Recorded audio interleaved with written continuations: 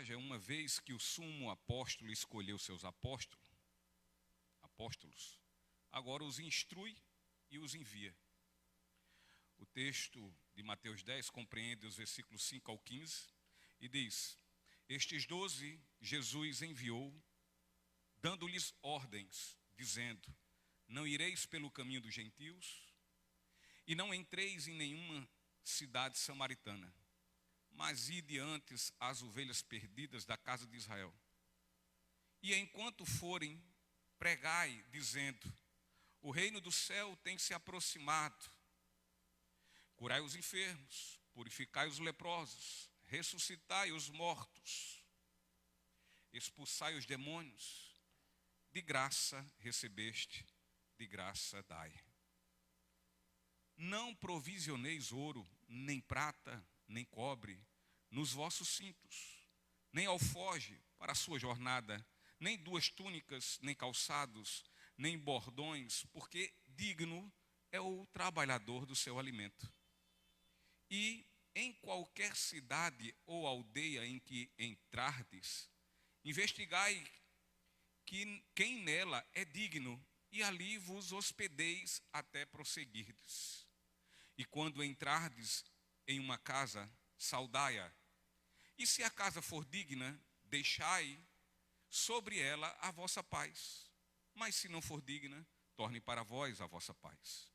E aquele que não vos receber, nem ouvir as vossas palavras, quando vos partires daquela casa ou cidade, sacude a poeira dos vossos pés. Na verdade, eu vos digo que no dia do juízo haverá mais tolerância para a terra de Sodoma e Gomorra do que para aquela cidade.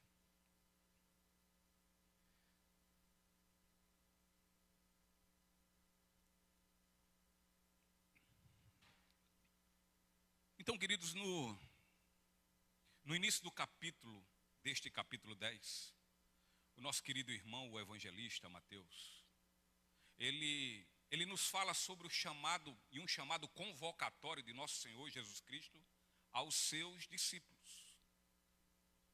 Contudo, e especificamente, aos 12. A estes 12 que de forma soberana e proposital o Senhor soberanamente os escolheu. E os escolheu lhes outorgando a autoridade para que, com o poder do alto, cumprisse o que lhes fora a cada um incumbidos. E após isso, nos versículos de 2 a 4, Mateus ele passa a relacionar os apóstolos e daí em diante segue a comissão em toda a sua íntegra. Agora, queridos, observemos neste chamado de nosso Senhor aos seus discípulos. Observemos aqui que, como falamos na exposição do começo desse capítulo, do versículo 1 ao 4, observemos que houve uma mudança de título. Ou seja, aqueles discípulos, e discípulos são nada mais do que aprendizes, são alunos, são seguidores, eles agora recebem um novo título. Agora eles são chamados de apóstolos. Agora eles são apóstolos e apóstolos de Jesus. Ou seja, eles são enviados diretos de nosso Senhor, os quais receberam dele, Jesus. E receberam de forma presencial. Jesus estava presente. Eles receberam a plena autoridade para que poderosamente cumprissem a missão da sua obra, da obra do Senhor.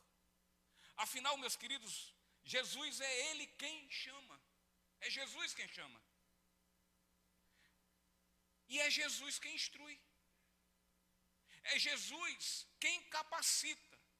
E é somente Jesus quem envia.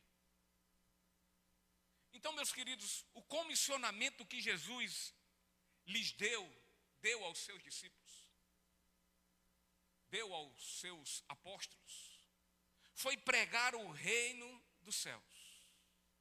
O comissionamento inicial, e não somente inicial, mas prioritário, era alcançar os judeus, era alcançar as ovelhas perdidas de Israel. E isso foi também o que João Batista fez. Podemos ver isso lá em Mateus, no capítulo 3, versículo 2, que nós já expomos. Quando João Batista diz: arrependei-vos, porque é chegado o reino dos céus. E isso Jesus também fez. Vemos isso também no versículo 17 do capítulo 4 de Mateus. Quando diz: desde então começou Jesus a pregar e a dizer: arrependei-vos, porque é chegado o reino dos céus. E agora era essa incumbência, essa responsabilidade dada aos apóstolos. Ou seja, a responsabilidade de propagar a mensagem prioritariamente, em primeiro lugar, à nação de Israel, aos judeus. Entretanto, queridos, hoje, no tempo presente, a pregação do reino é para o mundo todo. Esta pregação é universal. Não é universal a salvação, mas a proclamação sim. Os apóstolos haveriam de posteriormente, lá na frente, e que se Deus quiser e se Jesus não voltar antes, haveremos de ver isso nesta exposição de Mateus. Os apóstolos posteriormente haveriam de ser enviados, eles seriam enviados e foram enviados ao mundo. Contudo, naquele momento, o comissionamento agora era limitado. E limitado ao povo judeu. Era limitado às ovelhas perdidas da casa de Israel. Então, as instruções dadas aos apóstolos por nosso Senhor Jesus, elas não devem ser assimiladas pelos missionários, pelos evangelistas de hoje, pelos obreiros do Senhor de hoje, pelos discípulos de Jesus Cristo de hoje, do tempo presente. Portanto, nós não pregamos o evangelho para um povo específico, somente para A ou para B. Nós pregamos o evangelho para todas as pessoas, de todos os povos e de todas as nações, sem distinção, sem diferença, sem discriminação. E pregamos para quê? Para que eles se arrependam. Mas se arrependam de quê? Dos seus pecados. E voltem-se assim para nosso Senhor Jesus Cristo.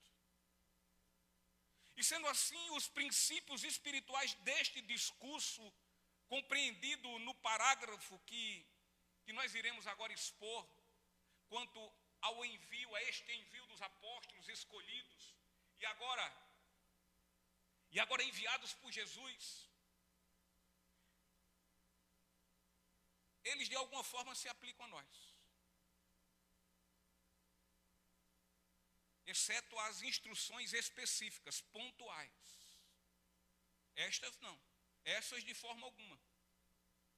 Estas só eram para aqueles apóstolos, para aqueles discípulos. Eram somente para aqueles 12.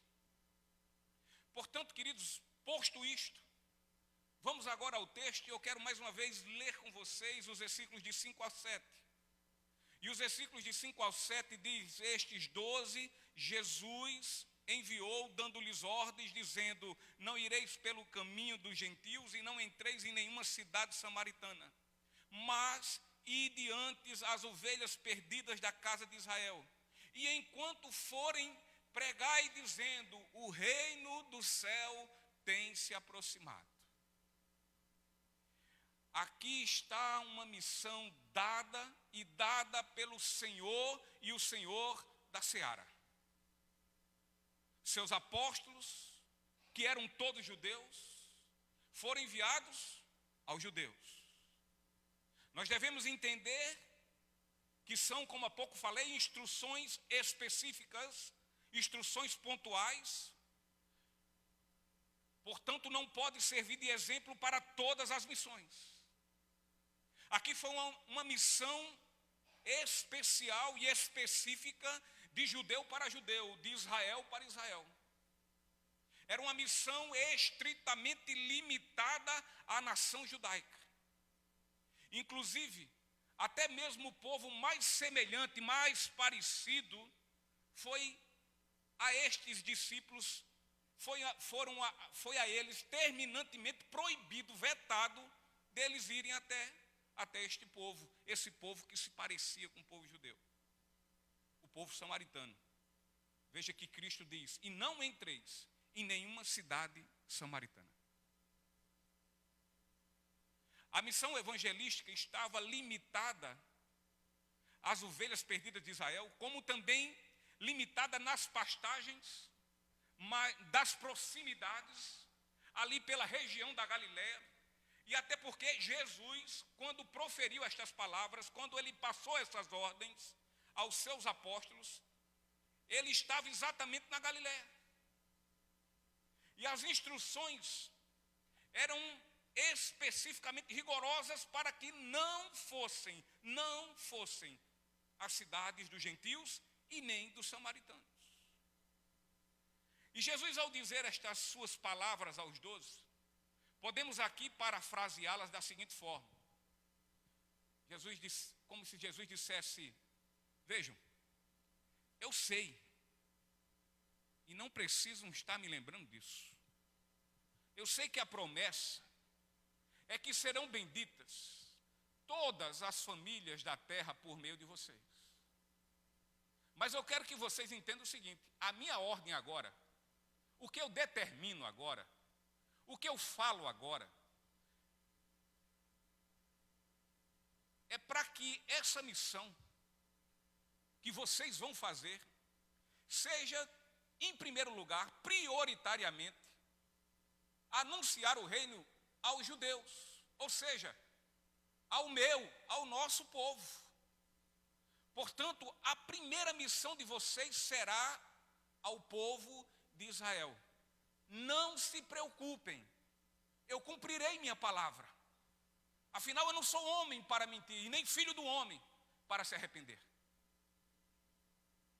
Depois nós veremos isso. Depois nós veremos as demais famílias. Depois nós veremos os povos e nações da terra, os demais povos e nações da terra. E esse Jesus, como sempre foi, um Deus fiel, fiel à sua palavra, não a ninguém, mas à sua palavra, e cá estamos. A mensagem de arrependimento chegou aos nossos ouvidos. Senão, cá nós não estaríamos hoje, nesta noite. Romanos 1, versículo 16 diz: porque eu não me envergonho do evangelho de Cristo, pois é o poder de Deus para a salvação de todo aquele que crê, primeiro do judeu e também do grego. Esta prioridade que nosso Senhor atribuiu à missão dada aos apóstolos, ela, podemos ver aqui que ela está plenamente refletida na carta de Paulo aos Romanos. Ele diz: primeiro do judeu. Sabemos que Jesus era judeu, queridos, e sua prioridade era alcançar seu próprio povo. Foi o povo de Israel que o Senhor chamou para ser bênção a todas as famílias da terra. Agora, João capítulo 1, versículo 11 diz: ele veio para os seus, e os seus não o receberam. Então, querido, Jesus veio chamar prioritariamente judeus, o seu povo. Bem verdade, como vemos no versículo de João, que seu povo não o recebeu. Entretanto, devemos saber que a grande maioria dos que se converteram ao cristianismo eram judeus que aguardavam a vinda do Messias.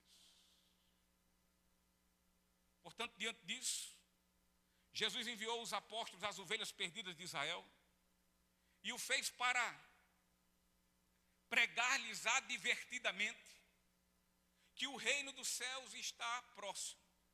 A ordem dada era restrita aos apóstolos, aos discípulos do passado, no entanto, só por um tempo, pois mais tarde, esta ordem daria lugar a outra ordem. A outra ordem que nosso Senhor Jesus Cristo expressa de forma enfática e muito clara em Mateus 28, 19 e 20. ordenando para que todos os seus discípulos,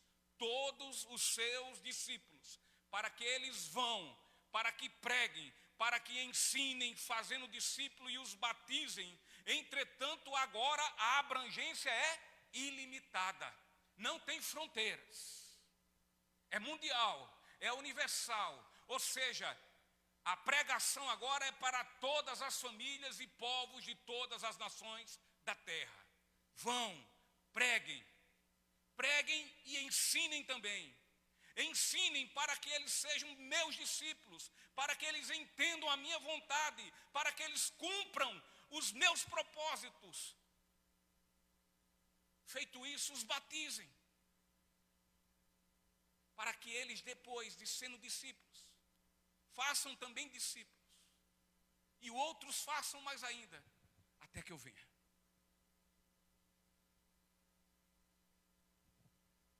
Agora a ordem, queridos, é somente aos judeus neste texto. A ordem de Jesus agora é: vão, pois eu quero que vocês preguem ao meu povo. E eu quero que vocês preguem a mesma mensagem, repito, a mesma mensagem que eu tenho pregado. Não acrescentem nem tirem nada, só essa mensagem. Vão e digam ao meu povo. Digam que o tempo já expirou. Digam-lhe que o rei do reino já chegou. Digam-lhe que o ungido de Deus que reina já está presente no meio deles. Os avisem. Agora veja bem nesse aspecto, queridos, como é impressionante, como é magnífico ver a demonstração de amor do Senhor pelo seu povo. O que isso nos deve levar a uma reflexão, a nós refletirmos, a pensarmos seriamente e serenamente de quanto foi doloroso para o Senhor ver esse povo, o qual Ele tanto amou, rejeitá-lo de forma como fez e ter sido odiado da forma como foi, ter sido invejado da forma como foi pelos fariseus, pelos hipócritas. Veja que maravilhoso o amor de Deus, o amor de nosso Senhor Jesus Cristo. E Mateus, ao relatar estas instruções de nosso Senhor, Mateus vai chamar a nossa atenção a este amor dispensado por Jesus. E aqui é como Mateus nos dissesse o seguinte, é como o evangelista tivesse aqui a nos dizer o seguinte, ou dizer àquele povo, os judeus, melhor dizendo: escutem, judeus, vocês se dão conta de como fazem parte de um povo privilegiado? Será que vocês atentam ao trabalho realizado pelos profetas e sacerdotes que cumpriram suas missões de forma rigorosa, a fim de anunciarem a vinda de Jesus para lhe salvar, dando as suas vidas, derramando os seus próprios sangue? Todas as profecias, judeus, todas elas foram pré-anunciadas, mas foram fielmente cumpridas. Não ficou uma sequer. Vocês aguardavam o Messias, e vocês queriam antes disso que houvessem sinais. E estes sinais foram realizados pelo próprio Jesus e agora por nós mesmos, para que vocês creiam na mensagem do reino dos céus e se arrependam para a salvação de suas vidas. Judeus, vejam, enxerguem o amor dele por vocês. Enxerguem no fato que a salvação prioritariamente foi levada e conhecida de todos vocês. Abra os olhos, reconheçam seus pecados, se arrependam e creiam em nosso Senhor Jesus Cristo como Senhor e Salvador de suas vidas. E dando sequência, o nosso Senhor Jesus Cristo diz no versículo 8: curai os enfermos, purificai os leprosos, ressuscitai os mortos, expulsai os demônios, de graça recebestes, de graça dai. Então, queridos, mediante a ordem missionária de nosso Senhor, de todos aqueles pregarem o reino dos céus, veio outra ordem. A ordem agora é para curar enfermos, para ressuscitarem mortos, para purificarem leprosos e para expulsarem demônios. Afinal, queridos, eles iriam aos judeus, e os judeus esperavam sinais milagrosos para que se cumprissem estes sinais. E se cumprindo esses sinais, o que se esperava era que aquele povo cresce na mensagem do reino, e crendo se arrependessem. Podemos verificar também neste versículo a completa relação com o versículo anterior, o versículo 7. Pois veja, o versículo 7 ele fala do anunciar, ele fala da proclamação, ele fala da pregação, ele fala da mensagem do reino. E o versículo 8 vai dizer o quê? O versículo 8 ele vai falar sobre o cuidado com os outros, o interesse para com os outros. O versículo 8 ele vai falar sobre altruísmo, sobre se importar com as outras pessoas. O versículo 8 ele vai falar sobre o cuidado com os necessitados. Ou seja, queridos, precisamos pregar o evangelho? Sim, óbvio, é ordem do Senhor. Se não pregamos o evangelho, seja onde for, seja em que tempo, estamos indo de encontro a uma ordem dele, estamos em desobediência, portanto em pecado. Temos que pregar o evangelho. Mas também precisamos servir aos outros.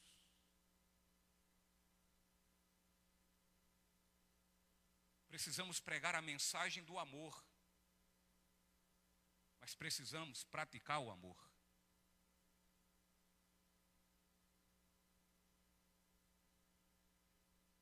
Porque não é só palavra, não é só blá, blá, blá, blá, mas é ação também. Filhinhos, não ameis, só de boca, só de palavra, mas em ação, agindo.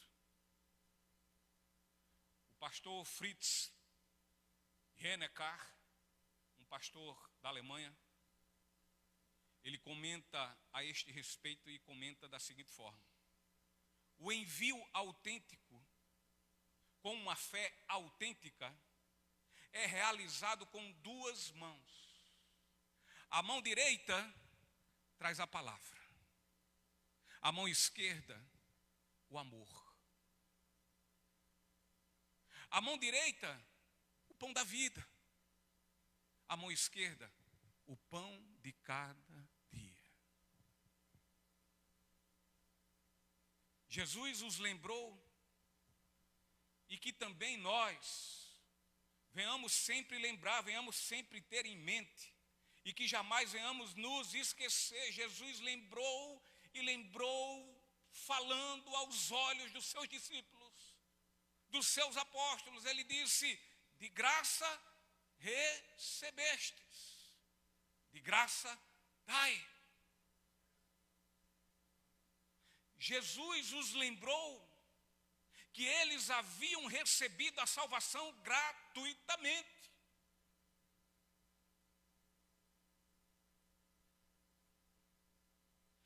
Às vezes, quando nós lembramos disso, existem irmãos que se sentem ofendidos, porque lembramos que não somos merecedores.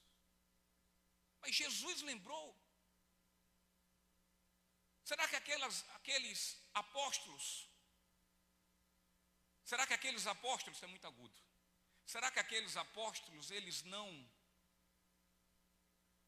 sabiam quão favorecidos foram? Sabiam. Quem sabe Jesus, diferente de pobres nós, míseros, homens, limitados, não conhecemos corações, mas Jesus conhece. Talvez Jesus, olhando para os corações dele, ele disse, agora lembre-se, viu, vocês vão lá pregar esse evangelho, mas não se acha o tal, não. Vão e façam graciosamente, porque de graça recebestes, de graça dai. Ainda tem muito agudo. Viu, Alan? Ainda tem muito agudo. Então Jesus os lembrou que eles haviam recebido a salvação gratuitamente. A salvação lhes veio de graça. A salvação não lhes custou absolutamente nada, nadica de nada. Foi um dom, foi uma dádiva de Deus. Não foi conquistada, não foi comprada. Não foi por mérito, nem por ouro ou mesmo prata. Mas por terem recebido o dom da fé. E assim creram em quem? Creram no sacrifício de nosso Senhor Jesus Cristo. E daí então foram comprados pelo precioso sangue do Cordeiro Santo de Deus, aquele que tira o pecado do mundo. Dessa forma, a exortação não poderia ser outra, senão esta. Vocês foram salvos por graça. Sendo assim, preguem a mensagem graciosamente também. Tudo deveria ser feito sem dinheiro ou qualquer recompensa. Se daria não pensando em receber, mas se daria porque já recebeu.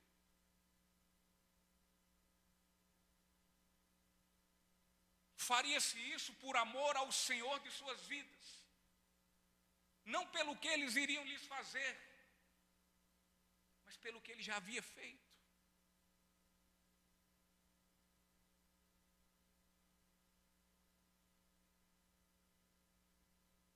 Tudo deveria ser feito gratuitamente. Os apóstolos haviam recebido o chamado da salvação de graça. Naquilo que foram eles capacitados, não pagaram nada. Foi de graça. Os milagres que receberam foram também de graça. Portanto, eles deveriam ir. Eles deveriam pregar, ensinar e realizar milagres sem nada cobrarem. Nada.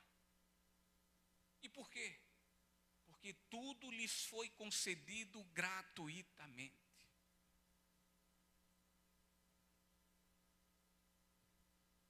Se você é um cristão, você é porque, assim como aqueles apóstolos, foi agraciado. Se você é um cristão, se eu sou um cristão, se nós somos cristãos, somos porque recebemos o maior benefício que um ser humano pode receber. Nós recebemos a salvação. Portanto, temos que nos lembrar. Temos que ter isso em mente sempre e jamais nos esqueçamos. Nós não merecemos. Nós não conquistamos. Nós não a compramos. Mas de graça nós a ganhamos. Ganhamos a salvação. Agora eu pergunto, pode existir maior motivo que este? Será que é possível algum cristão apresentar um motivo maior que este?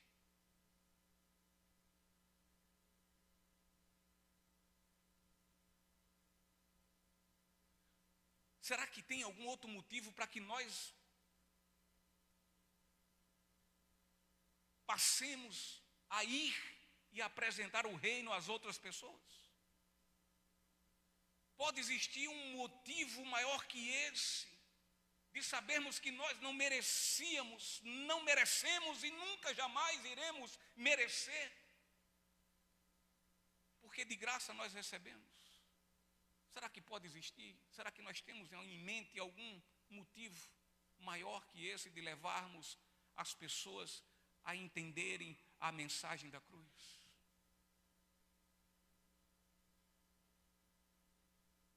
Portanto, os apóstolos de nosso Senhor Jesus Cristo, eles foram instruídos seriamente para que seus serviços aos outros sejam oferecidos e apresentados de forma gratuita, sem nada cobrar. Nada. O que receberam gratuitamente, da mesma forma, deveriam ofertar às pessoas.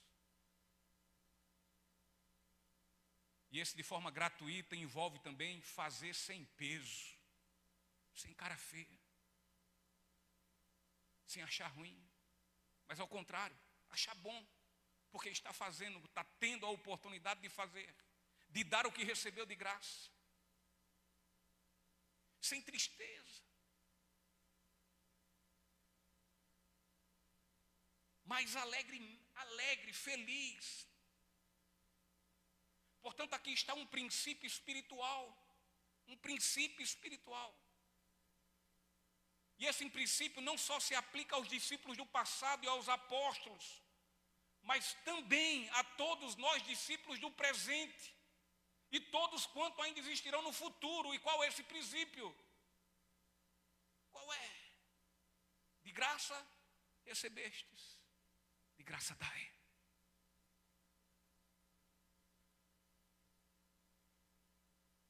Continuando, versículo 9 e 10. Ele diz: não provisioneis ouro, nem prata, nem cobre nos vossos cintos, nem alforje para a sua jornada, nem duas túnicas, nem calçados, nem bordões, porque digno é o trabalhador do seu alimento.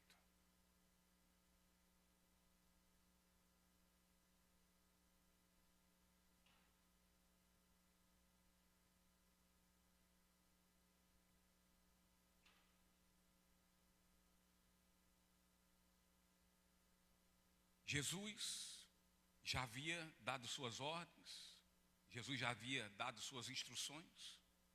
Portanto, os apóstolos já tinham em mente aonde ir.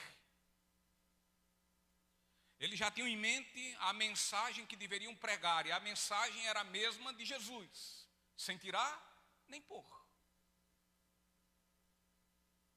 E eles também já haviam sido instruídos a quem eles iriam pregar naquele momento: aos judeus. Agora, queridos, Jesus diz em que condições eles deveriam ir adiante. Ele agora vai dizer como é que eles vão, em quais condições. Como é que eles iriam, em quais condições eles iriam para colocar em prática aquilo que lhes foi ordenado para a sua viagem missionária pela Galileia. E a ideia aqui, mediante a fala de nosso Senhor Jesus Cristo, é que eles deveriam levar somente o estritamente necessário, o que fosse necessário, nada de extras, nada de supérfluos. Deveriam ir sob a absoluta confiança que nosso Senhor os supriria com a sua provisão.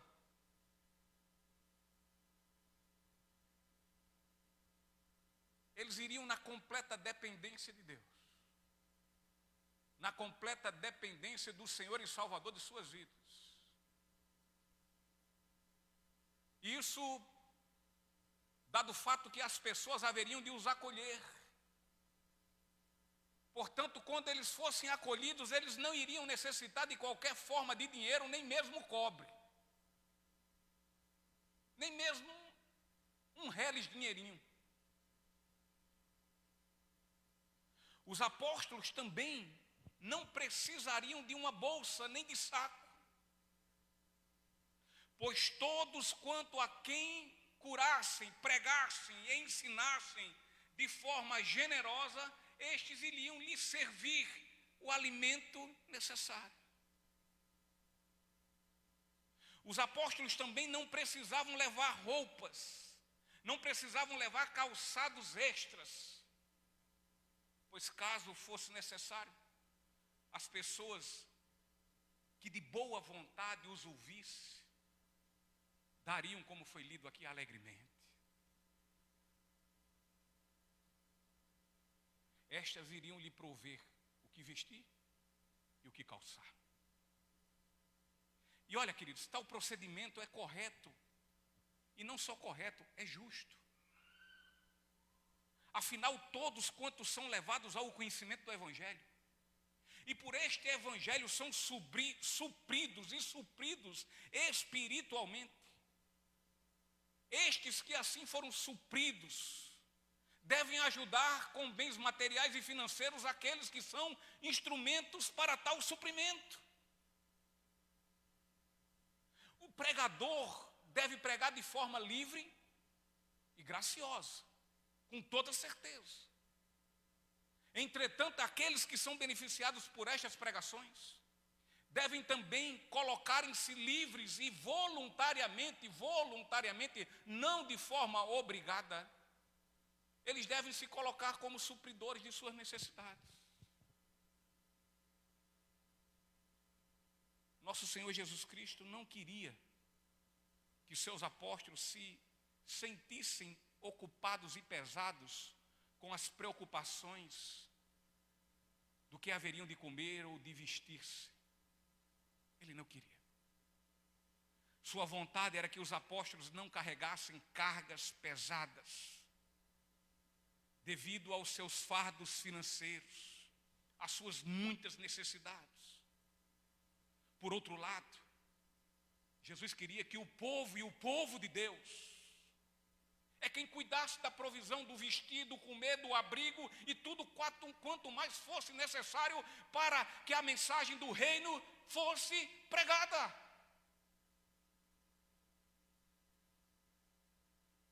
De fato,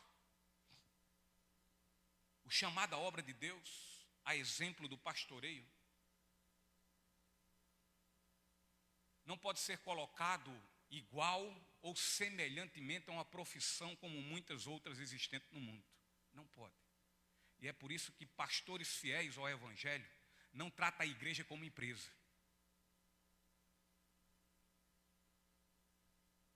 Não trata a instituição como empresa. Então, por isso que um pastor, ele não pode ser comparado a uma profissão das mais variadas que existem. Jamais. Agora, também não se pode dizer que não é trabalho. Como muitos por aí dizem que todo pastor é vadio. Não tem o que fazer. Não se pode dizer isso. Há um pastor que preza pela obra de Deus, que se dedica. Não se pode falar isso. Que abre mão. E ele não faz por A, por B ou por C, ele faz por amor ao seu Deus, a Jesus, ao seu Senhor. Mas não pode se dizer que o pastoreio não é trabalho. É trabalho. E é um trabalho cansativo. A fadiga. É um trabalho, de fato, que nem tem horário fixo. Mas também não tem uma carga horária estipulada. É só de tal hora a tal hora.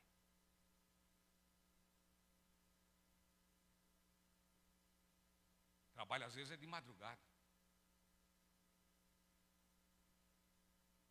Demanda tempo. E demanda tempo ainda que não tenha tempo. E se não tiver tempo, tem que arrumar tempo. Porque se não tem tempo para a obra de Deus, nunca foi chamado para essa obra. Tem que ter tempo. Às vezes o tempo é seu sono. Às vezes o tempo é seu lazer, é seu final de semana. São seus dias com sua família, com seus amigos, com seus pais, com suas mães. Se não tiver tempo, tem que arrumar tempo.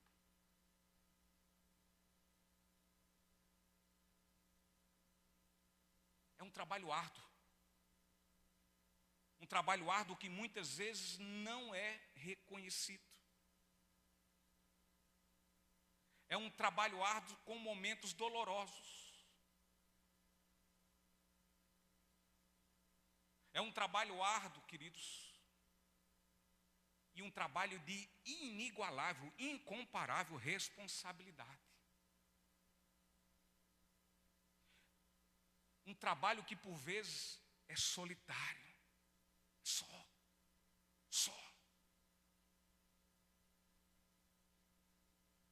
E entre outras coisas que existem dentro do pastoreio. E finalizo como um trabalho que é imensamente cobrado pelo dono da seara.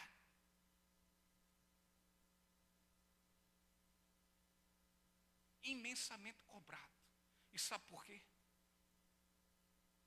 Porque aquele que tem suas atividades no pastoreio, que é pastor, que é esse obreiro, ele se sente cobrado diariamente, ainda que o dono da seara não cobre, mas ele se sente cobrado pelo amor grato que ele tem pelo dono da seara, que lhe apresentou a mensagem do reino, quando ele não merecia essa mensagem. Sem dúvida alguma, um pastor, ele não é um profissional técnico, ele não é um profissional mercantilista, ele não é e não pode ser, se for é falso profeta. Como tem muitos por aí, e muitos valorizando a estes.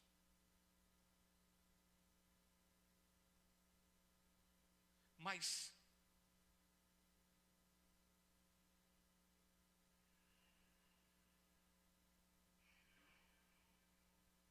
ele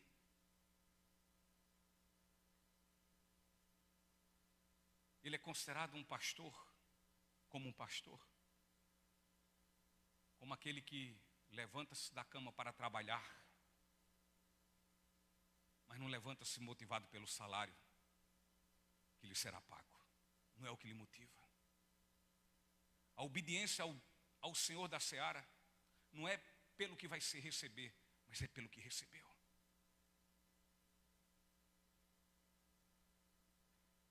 Não é o salário. Antes, querido, o pastor é um servo, mas é um trabalhador. É um trabalhador. E um trabalhador da seara. É um trabalhador que deita-se pensando na obra e levanta-se com ela em mente.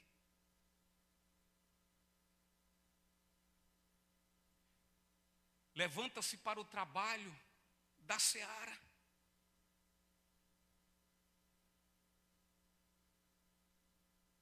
Não motivado por um salário, não motivado pelo que irá receber, mas pelo que já recebeu. O pastor não é um profissional, mas é um trabalhador que levanta-se todas as manhãs para o trabalho ao qual ele foi chamado, instruído e enviado.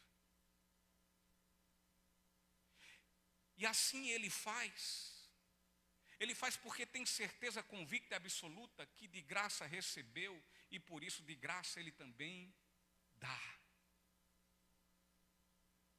Infelizmente, muitos nas igrejas espalhadas em toda a terra, em todo o planeta, em todo o mundo,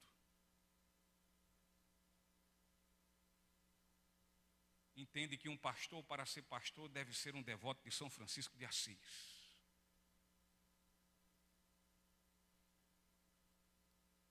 E justamente por isso que nosso Senhor instituiu o dízimo desde o Antigo Testamento. Ou seja, para que a obra do Senhor pudesse ser mantida adequadamente, o que inclui os pastores ou sacerdotes levantados para esta obra.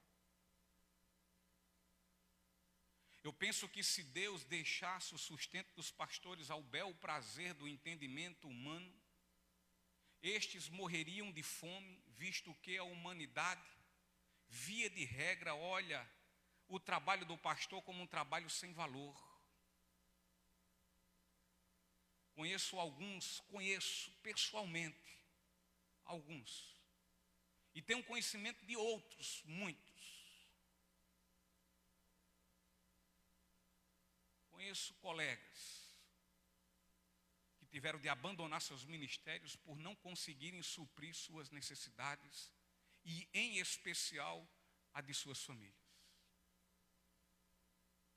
Há tristes entendimentos do tipo, sabe como? Tipo assim, olha, não se pode remunerar um pastor, afinal ele vai ganhar mais do que eu.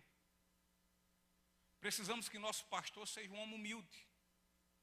E quando na verdade a fé cristã evangélica é contrária à doutrina franciscana, que entende que existe excelente virtude espiritual na pobreza.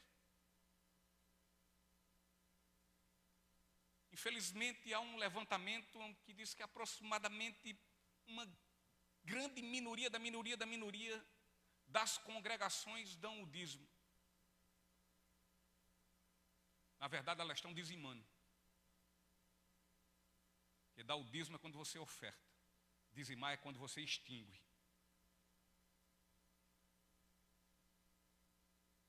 Isso tem levado muitos pastores ao colapso financeiro, a um colapso teológico e emocional. Eu queria aqui falar aos irmãos que eu peço as orações de vocês e por mim e por todos os pastores. Em especial por mim, eu vou falar de mim mesmo aqui. Hoje, quando vim para a comunhão, é que tenho recebido uma oferta pastoral.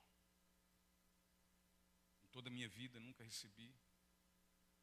E é uma oferta porque é uma ajuda, mas não dá para o meu sustento. E eu preciso trabalhar, como os irmãos sabem que eu trabalho, sou empresário.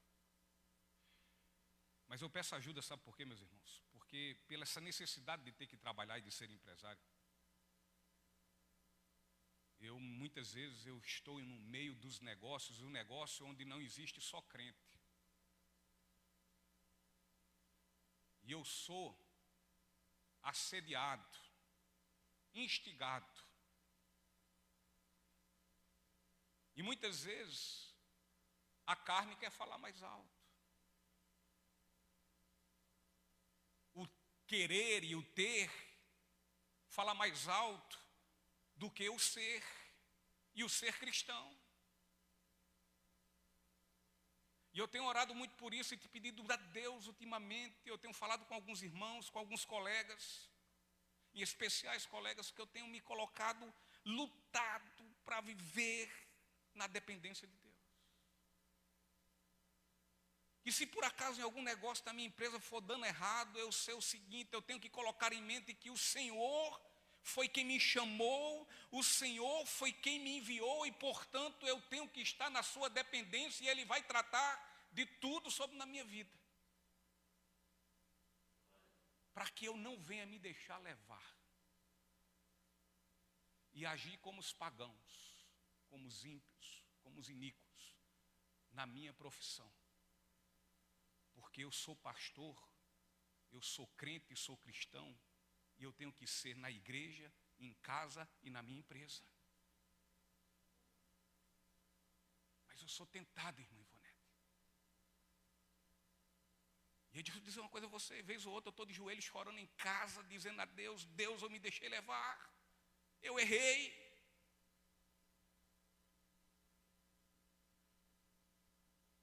E às vezes a graça dele que me tirou da sepultura do pecado, que me levantou, esta graça também, houve momentos na minha vida que me abateu. E louvado seja o nome dele, por que me abateu? Porque a graça de Deus, ela é tão maravilhosa, que ela levanta, mas abate. Ela levanta o humilde e abate quem? O exaltado. Mas orem também pelos outros pastores que recebem da obra. Porque tem dois problemas seríssimos aqui. O primeiro é porque pagando muito ou pagando pouco, irmão Erivaldo, a igreja entende que o pastor agora não é mais servo de Deus, agora é empregado da igreja. E esse é um grande problema. E o segundo problema é que quando ele se é pago muito e muito bem pago, ele começa a vender o evangelho, para que seu salário não baixe, para que os contribuintes não parem de contribuir. E assim ele negocia também o evangelho. Orem por esses homens. Orem por todos nós, eu te peço. E estou pedindo aqui, não estou desabafando, mas eu estou pedindo a vocês a misericórdia da parte de vocês e orar por todos os obreiros missionários espalhados em todo o mundo. Nós somos pastores, chamados por Deus, mas nós somos gente igual a todos. Eu, antes de ser pastor, eu sou irmão em Cristo de cada um de vocês que também tem Cristo como Senhor e Salvador. Versículo 11 e 14, ao 14. E em qualquer cidade ou aldeia em que entrardes, investigai quem nela é digno, e ali vos hospedeis até prosseguirdes. E quando entrardes em uma casa, saudai-a, e se a casa for digna, deixai sobre ela a vossa paz, mas se não for digna, torne para vós a vossa paz. E aquele que não vos receber nem ouvir as vossas palavras, quando vos partides daquela casa ou cidade, sacude a poeira dos vossos pés. Aqui está a questão agora do abrigo. Aonde seriam abrigados? Aonde eles poderiam se alojar? Os missionários, ao chegarem em qualquer cidade ou povoado, eles iam pregar em público, ao ar livre, nas ruas, nas vilas, nas praças, nos mercados, nas casas e também na sinagoga, se assim fossem convidados. E dessa forma eles experimentariam duas experiências certas e únicas. E quais seriam essas experiências? Ao pregarem a mensagem, esta iria ser aceita ou rejeitada. E sabe por quê? Porque não existe meio termo. Com relação à mensagem, a palavra de Deus não tem meio termo. Ou se aceita ou se rejeita. Ser indiferente é só um jeito diferente de dizer que não aceita, que rejeita. É só uma forma de rejeição. E quando a mensagem fosse recebida, estes que a receberam seriam considerados dignos de recebê-los. Portanto, o lar que é hospitaleiro à palavra é o lar digno de receber os discípulos, os missionários e os apóstolos. Esse lar receptivo e hospitaleiro é o lar o qual a paz de nosso Senhor repousaria sobre ele. Portanto, a bênção de nosso Senhor Jesus Cristo recairia sobre suas vidas. Esse lar, queridos, que os hospedariam, deveria ser-lhes a base destes apóstolos, ou seja, fiquem aqui até o final do seu compromisso, da sua missão.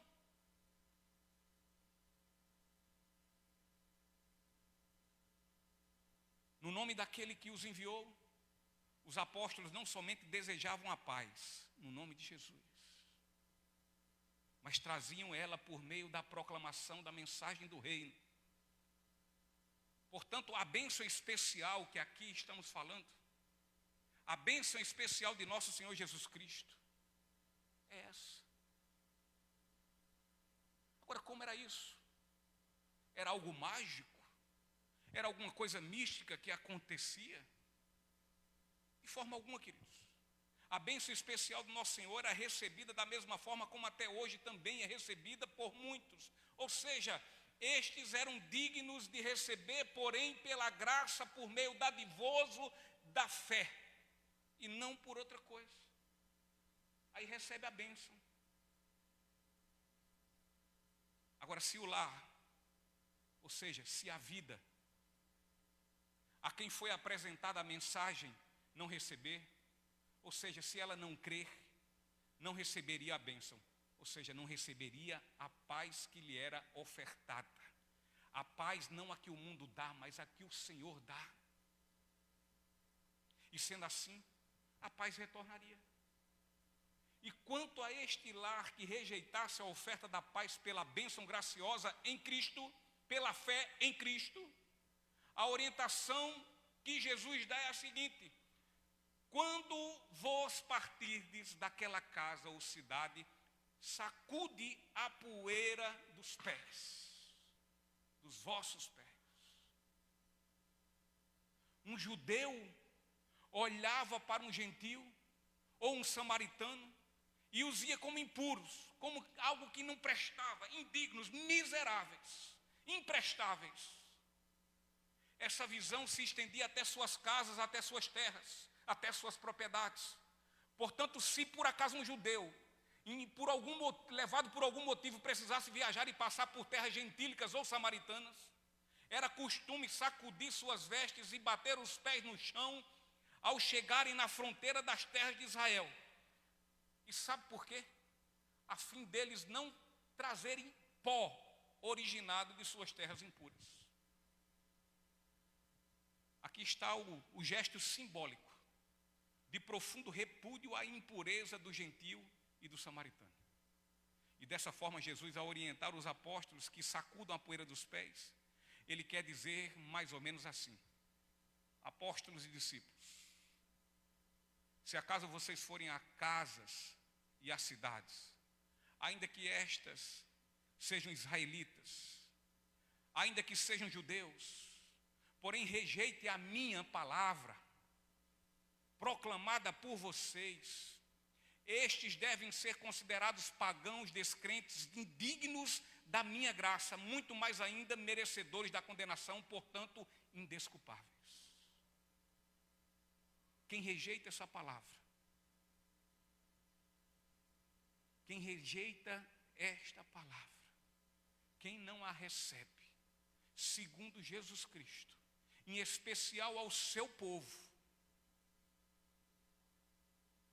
bata a poeira dos pés. Se rejeita a palavra de Deus, considere como pagão, como iníquo. Se não se subordina a essa palavra. E por fim, encerrando, chamo o Ministério do Louvor. Este parágrafo que nós estamos agora terminando, finalizando, finaliza com palavras muito duras. Duríssimas. O versículo 15 diz: na verdade, eu vos digo que no dia do juízo haverá mais tolerância para a terra de Sodoma e Gomorra do que para aquela cidade. Aqui não foi pastor Sérgio que escreveu, nem pastor Schost, nem pastor Carlos, nem pastor Antônio, mas aqui foi o sumo pastor que escreveu. A fala é dele. Haverá menos rigor no dia do juízo divino contra Sodoma e Gomorra do que contra todos que ouviram o Evangelho, contudo não receberam, pois o rejeitaram. Aqui estão palavras que terrivelmente têm sido negligenciadas. Negligenciadas. Infelizmente, negligenciadas. Em muitos púlpitos, em muitas pregações.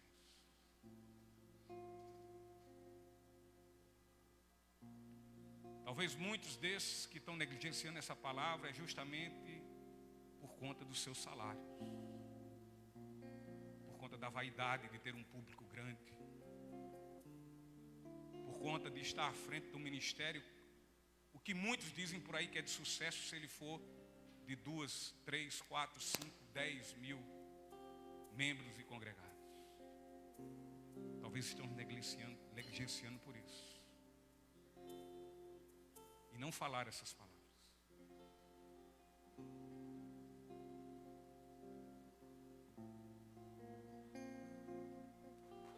Precisamos entender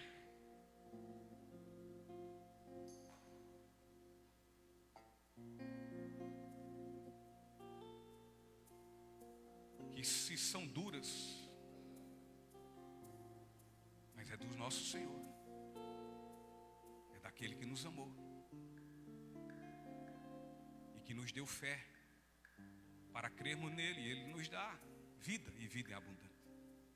É dele, é ele que está dizendo. E aqui não tem nada fora do contexto. Aqui não está nenhum texto fora de contexto. Aqui está exatamente a expressão dessa palavra, o que ela quer nos falar. E isso é outro fato que nos traz trabalho, tempo, horas de sono, debruçado. Quando se prepara uma mensagem, o obreiro, o pastor, primeiro ele ora. Ele diz: Senhor, a mesma oração quando vai pregar, ele ora antes. Ele diz: Senhor, não seja eu, seja o Senhor. Fala o meu coração. Aí depois o pastor, ele se debruça a ler e reler o texto, para frente e para trás. Se ele for um exegeta que domina o grego, aí o trabalho é muito mais. Mas se for como eu, que não domino o grego, aí louvado seja o nome dos teólogos fiéis às escrituras, que tem nos deixado um legado de livros. Louvado seja a teologia sistemática, não, pastor? Que nos ajuda. E mais na vida de um pastor. Muitas vezes ele pega os seus recursos, poucos recursos que muitas vezes lhes são dados, e tem que investir em livros. Você acha que as apostilas preparadas pelo nosso pastor Sóstenes cai do céu assim?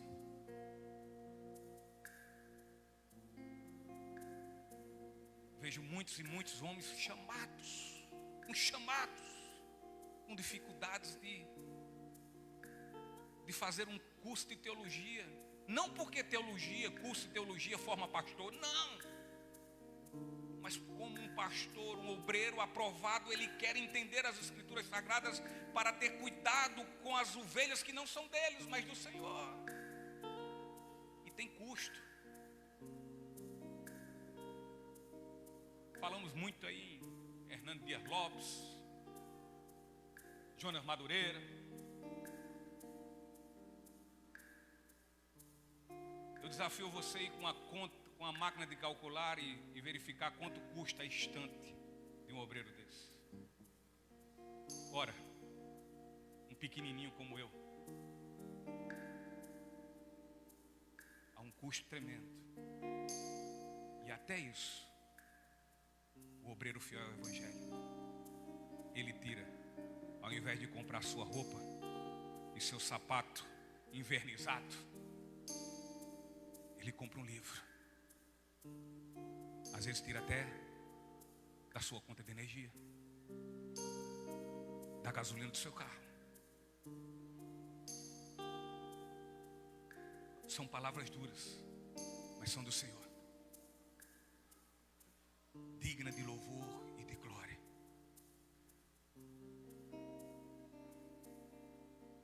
Precisamos entender e jamais nos omitir de falar aquilo que condena o ser humano. E o que condena o ser humano não é o fato dele ter cometido um terrível e grave pecado, não é isso.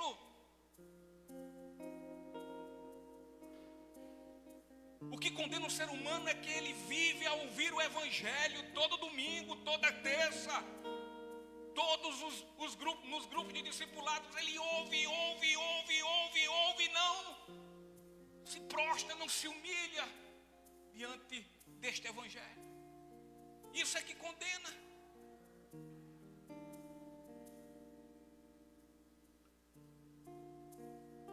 Porque não crer.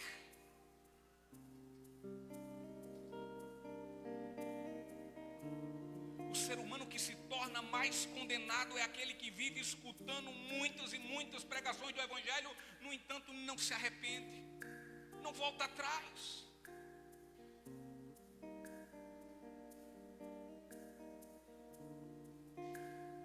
Não se entristece, não chora. É um frequentador de cultos, vem em todas as reuniões, mas parece que nunca foi a Cristo.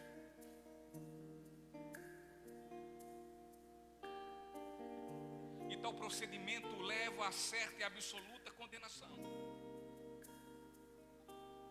A quem muito é dado, muito será cobrado. É para os líderes, são para os pastores, mas é também para o crente, para o cristão. Ou será que nunca recebemos sendo um cristão? Será que não, sendo cristão, não recebemos muito? É pouco que tu receber, Salã? É pouco, Davi? Não é? A palavra é clara. A quem muito é dado, muito será cobrado. A quem muito foi dado graciosamente, a graça será cobrado.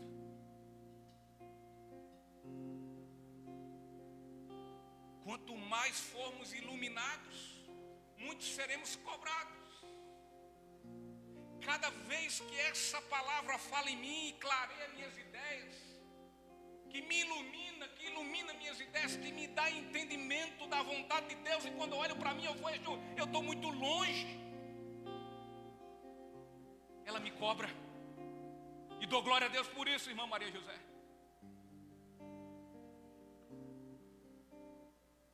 Eu dou graças a Deus que a graça que me levantou, ela também me abate.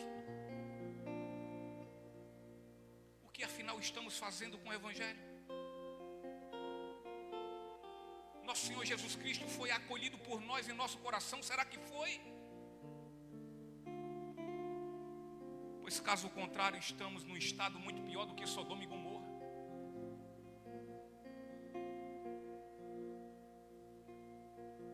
E sabe por quê? Porque eles nunca ouviram o Evangelho. Ter acesso à Bíblia, sermos ouvintes do Evangelho, dia após dia, só por isso não poderá nos garantir salvação. Pois ou temos um verdadeiro novo nascimento, ou então estaremos continuamente condenados. Precisamos ter uma relação vital com Jesus, nos tornando servos e bons e fiéis. De outra forma, ouvirmos somente a pregação só faz aumentar o nosso nível de culpabilidade, nos deixando cada vez mais injustificáveis e completamente afundados nas profundezas do inferno. Não nos resta dúvidas que em nada estas palavras são fáceis de ouvir. Não são. Porém, as palavras das Escrituras são plenamente fiéis e verdadeiras. Estas palavras são completamente verdadeiras e nos levam ao entendimento que muitos professos cristãos não acreditam em inferno, não acreditam em condenação eterna, pois de outra forma teriam muito mais zelo e disposição por missões. Quando rejeitamos as verdades de Deus, rejeitamos o seu Evangelho, e quando rejeitamos o Evangelho, rejeitamos a Jesus Cristo. E quem rejeita a Cristo não se submete ao reino e nem ao Rei da glória e da salvação. Esse é indesculpável e merece um castigo mais severo que Sodoma e Gomorra. Sim, me perdoe por não trazer uma palavra mais amena. Essa palavra é dura. Entretanto, é a verdade. Não é mentira. Mentiras se deixaram se enganar no Éden, com palavras lisonjeiras, com palavras consensuosas. Não, vocês podem tudo. Vocês são a cara do Pai. Vocês são iguaizinhos a eles. Vai nessa. Isso é só um cuidadinho que ele está tendo com vocês, de vocês não quererem serem mais do que ele. Dura, mas é verdade.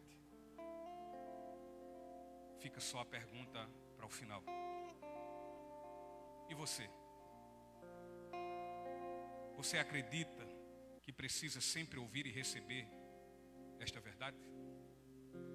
Vamos ficar em pé, vamos louvar o Senhor. Que Deus abençoe a todos.